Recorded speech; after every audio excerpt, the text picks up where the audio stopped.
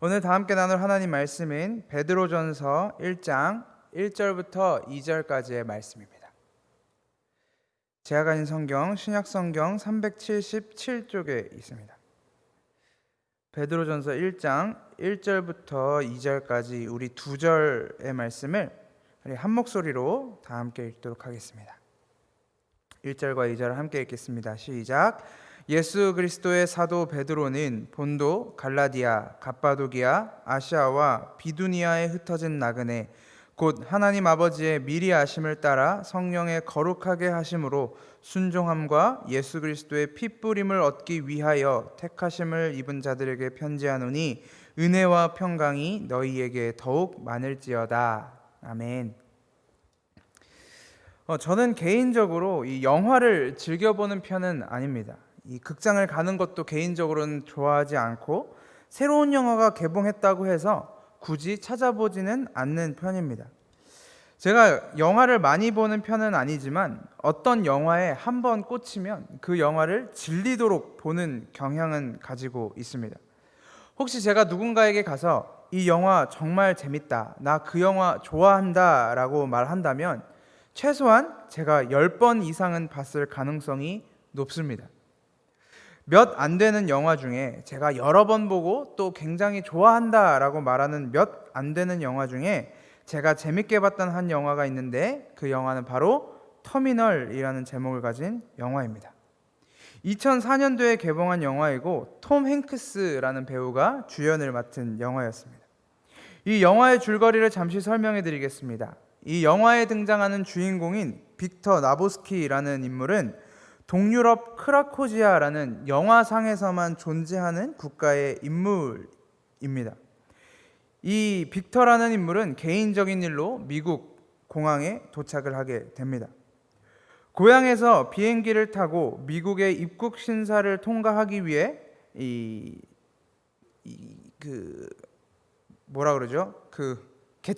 개찰구가 아니라 입국 심사하는 곳에 섰는데 거기서 입국을 거부당하게 됩니다. 당신은 들어올 수 없다, 미국에 입국할 수 없다라는 이야기를 듣게 됩니다.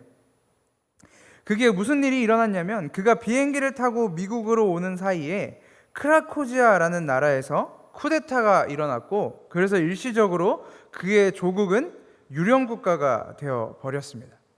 그래서 그가 가지고 있던 여권을 비롯해서 비자, 그가 가지고 있던 시민권은 모두 무용지물이 되어버리는 것입니다. 그래서 그는 미국 공항에 갇혀서 본국으로 돌아갈 수도 없고 미국으로 들어갈 수도 없는 진퇴양난의 상태에 놓이게 됩니다. 그래서 그가 선택하는 것은 공항에 터전을 잡는 것입니다. 이 남루한 옷차림인 신원 미상의 인물이 공항에 자리를 잡고 숙박하고 있는 것을 이 담당 관리자는 당연히 좋아하지 않았습니다.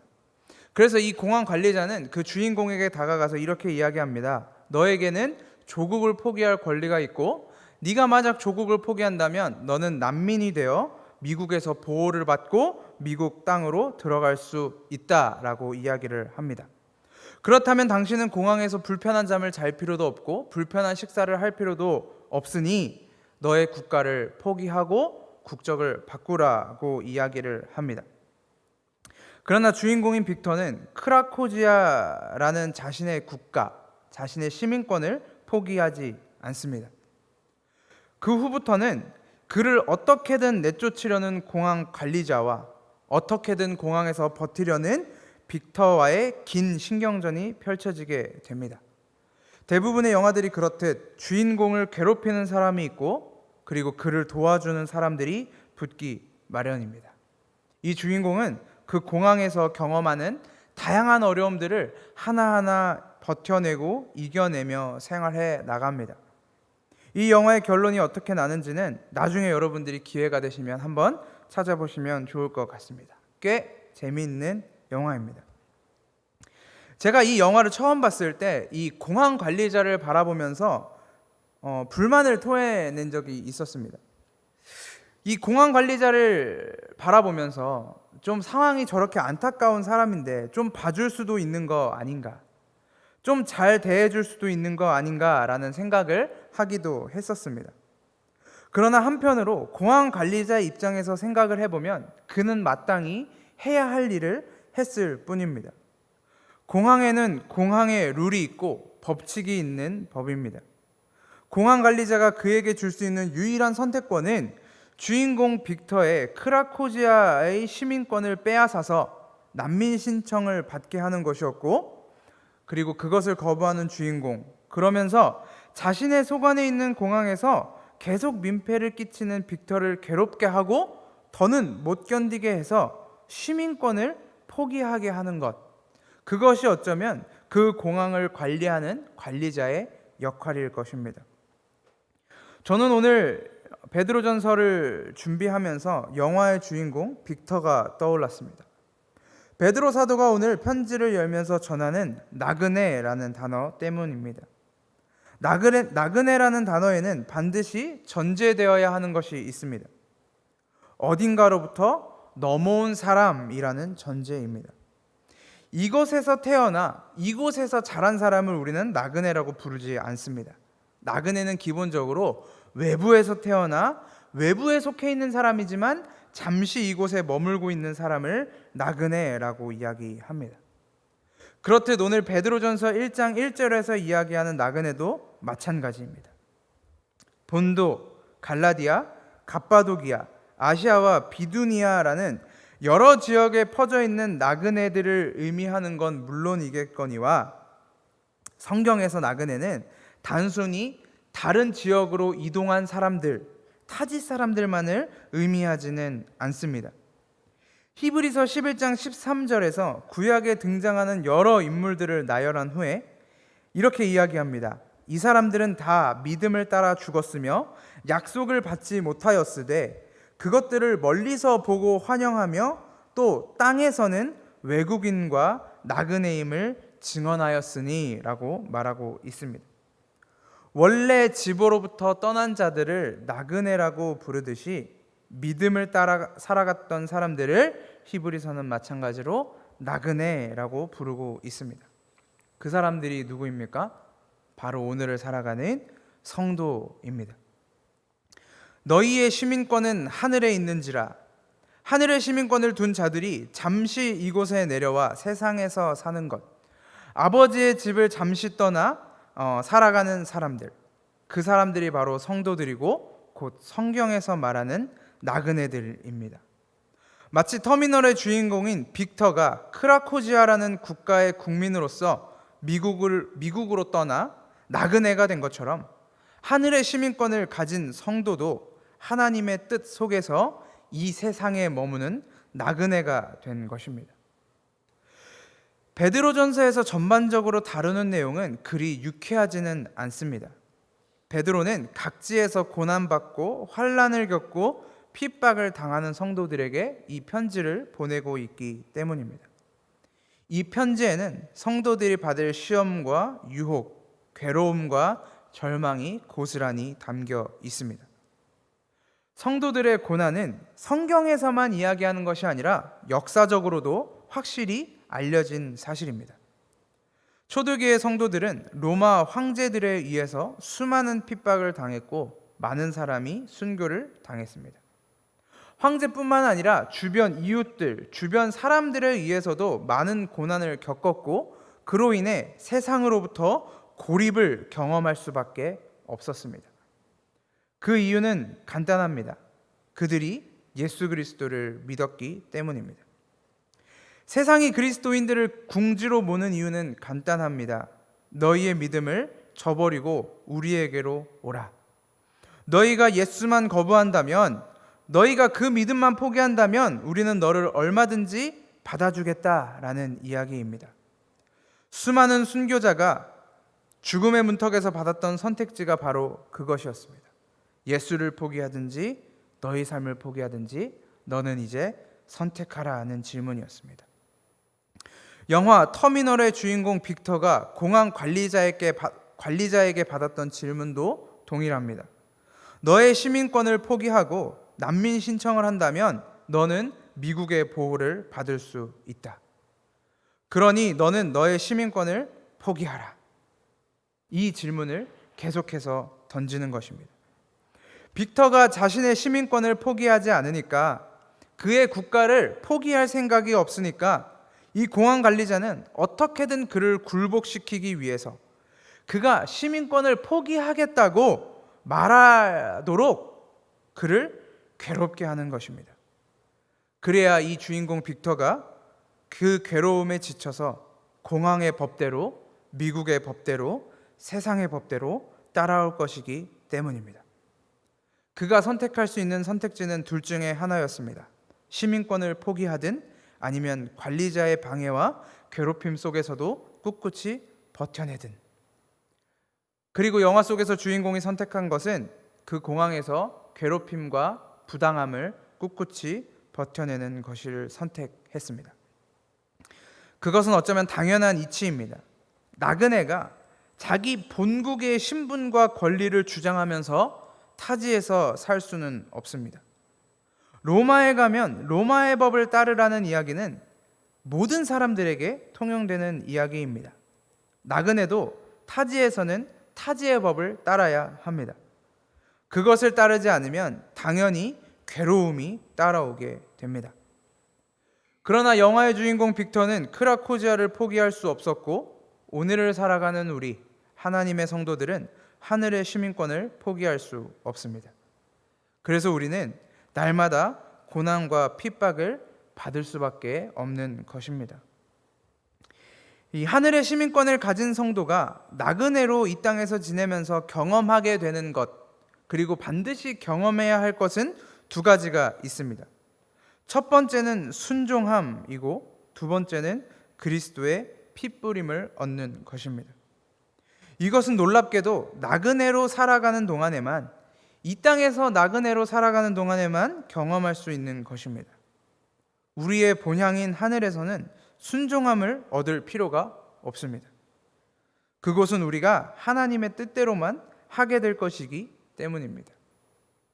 또한 우리는 하나님의 나라에서, 우리의 본향에서 핏부림을 얻을 필요도 없습니다. 하나님의 나라는 죄가 없는 곳이기 때문에 그렇습니다. 우리는 이 땅에서 나그네로 살아가는 동안 순종함을 배우고 또한 핏부림을 얻어가야 하는 것입니다. 성도에게 있어서 순종이란 도대체 무엇일까요? 세상에서 사용하는 소위 순종적이라고 말할 때 그 의미는 뭘 시켰을 때, 뭔가를 요구했을 때 군말하지 않고 잘 따라오는 것을 이야기합니다. 이걸 하라고 하면 하고 저걸 하라고 하면 하는 것, 그것을 순종이라고 하고, 그렇게 잘 따라오는 사람에 대하여 순종적인 사람이라고 이야기합니다. 여러분은 순종이 쉬우신가요? 네, 때로는 순종하는 건 굉장히 쉽습니다. 나도 하고 싶었던 것, 내가 동의하는 것, 나도 동참하고 싶은 것을 누군가가 시킬 때 순종은 어렵지 않습니다.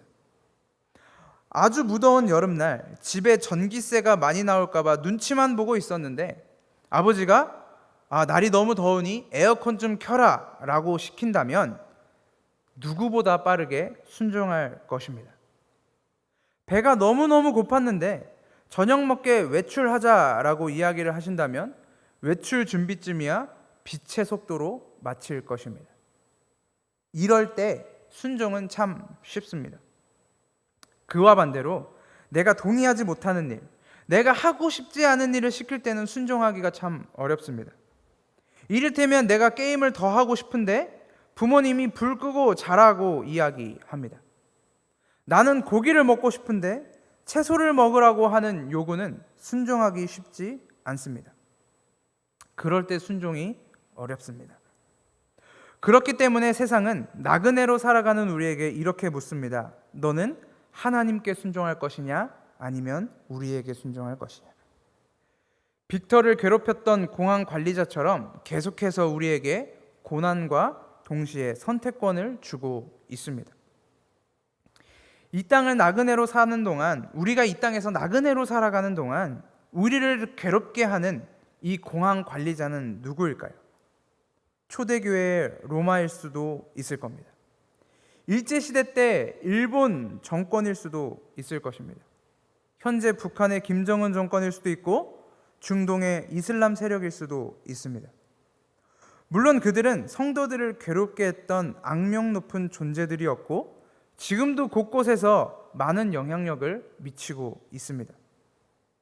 그러나 성도들이 사는 세상은 그들의 영향력 속에 예속되어 있지는 않습니다. 로마도 그렇고 일본도 그렇고 2차 세계대전의 독일도 그렇고 그들은 잠시 자기들의 발톱을 드러냈다가 모두 잘려져 나가고 말았습니다.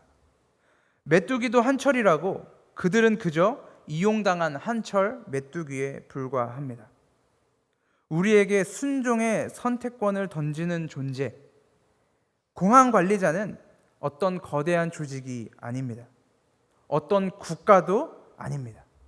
어떤 이단도 아니고 어떤 종교단체도 아닙니다.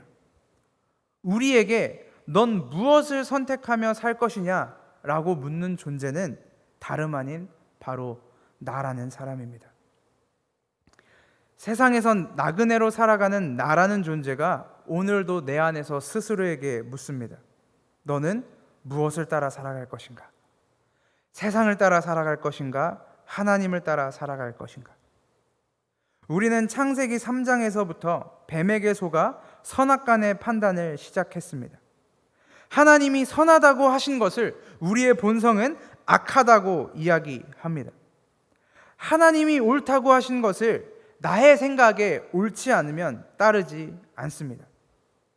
하나님의 방법도 내 마음에 들지 않으면 그것은 하나님의 방법이 아니라고 이야기합니다. 하나님이 우리 삶 속에 이게 나의 사랑이야 라고 우리에게 가르치시고 보여주셔도 하나님, 사랑은 그렇게 하는 게 아닙니다.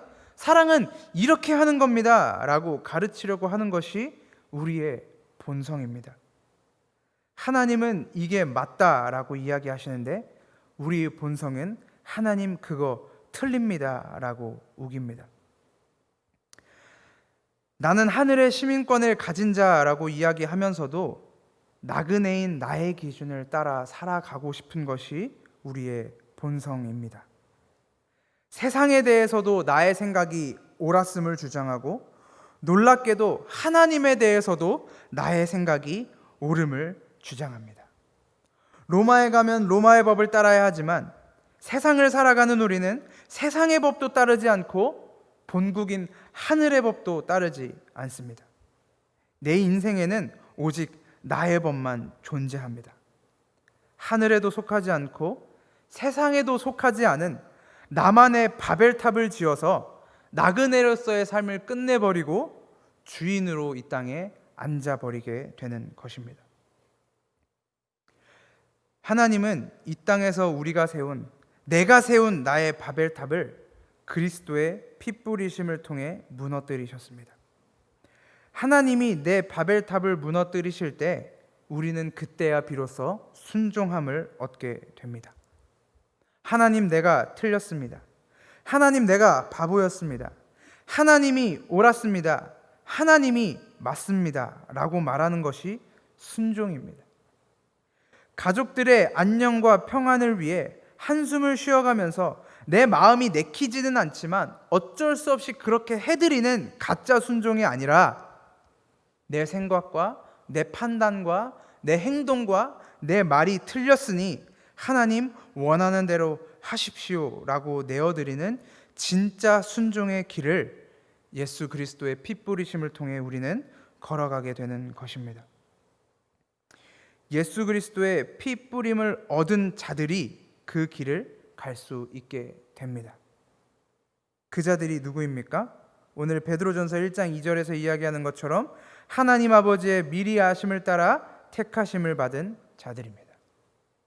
택하심을 입어 성령님이 거룩하게 하신 자들.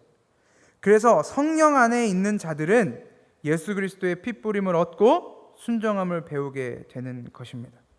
그것이 하늘의 시민권을 가지고 이 땅에서 살아가는 나그네 된 우리의 삶입니다. 이 영화 터미널에 등장하는 빅터라는 인물은 공항 관리자에게 고난을 당하고 괴롭힘을 당할 때마다, 그리고 공항에서 불편하게 숙박을 하며 어렵사리 한 끼 식사를 때우게 될 때마다 나는 이곳에 속한 사람이 아니고 크라코지아에 속한 사람이야. 나는 국가를 포기하지 않았고 돌아가기 위해서, 반드시 우리나라로 돌아가기 위해서 이 고난과 시련을 버티는 거야 라고 떠올리게 됐을 것입니다. 이 땅을 살아가는 우리도 마찬가지입니다.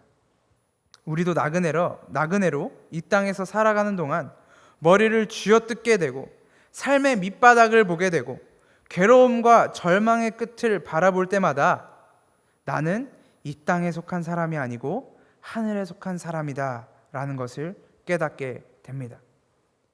그래서 이 땅에서 사는 동안 나라는 존재가 죽어야만 합니다.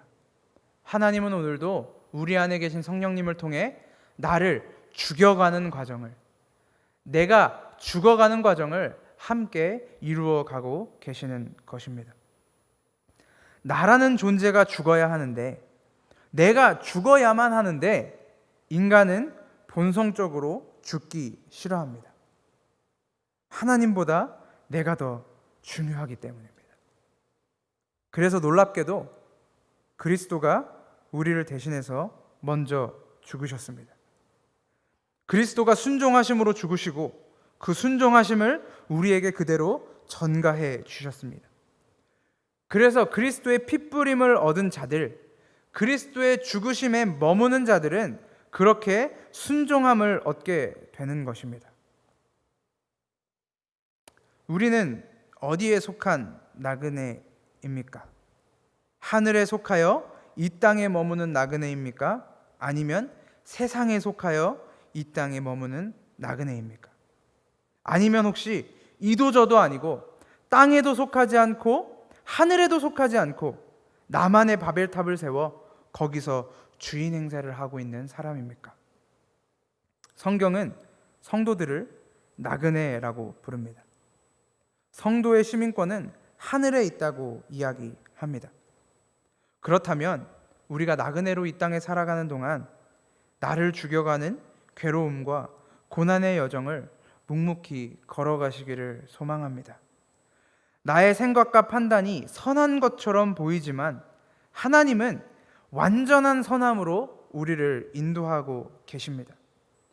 그리스도의 핏부림을 얻어 내가 죽어가는 그 끔찍한 여정을 통해 하나님께 순종함을 배우며 나그네로 기쁜 삶을 살아내는 저와 여러분이 되시기를 주님의 이름으로 소망합니다.